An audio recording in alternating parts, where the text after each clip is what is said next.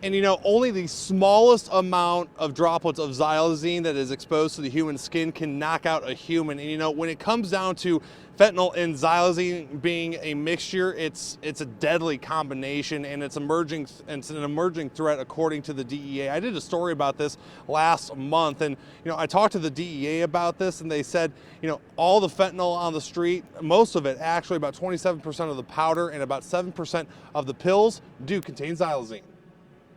What we're seeing is that xylazine is the latest adulterant that we're seeing being introduced into fentanyl. I spoke with the DEA in late March about this new emerging deadly drug combination. In Kalamazoo last week, in just a 24-hour period, there were 12 fentanyl overdoses, in which 6 people died from the deadly batch.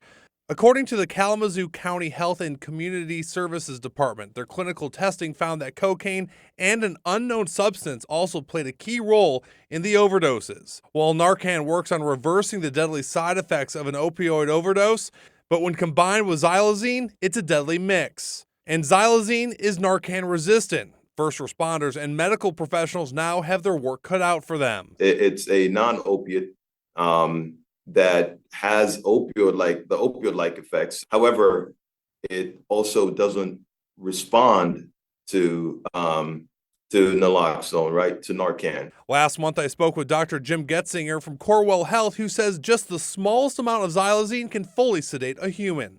Basically a medically induced coma, and what we have to do is then breathe for you, which involves having us put the patient on life support. And according to the DEA, in 2022, approximately 23% of fentanyl powder and 7% of fentanyl pills seized by the DEA contain xylazine.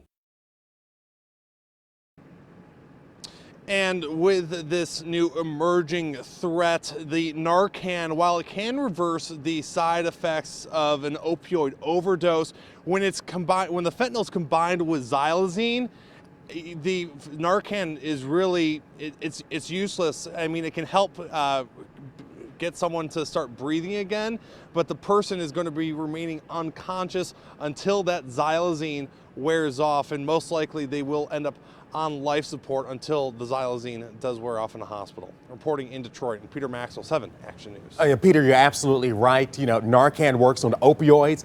Xylazine is not an opioid, so that Narcan that is becoming more and more widespread, more and more available, is useless because, again, xylazine is not an opioid. Peter Maxwell, live for us in downtown Detroit. Thank you, Peter.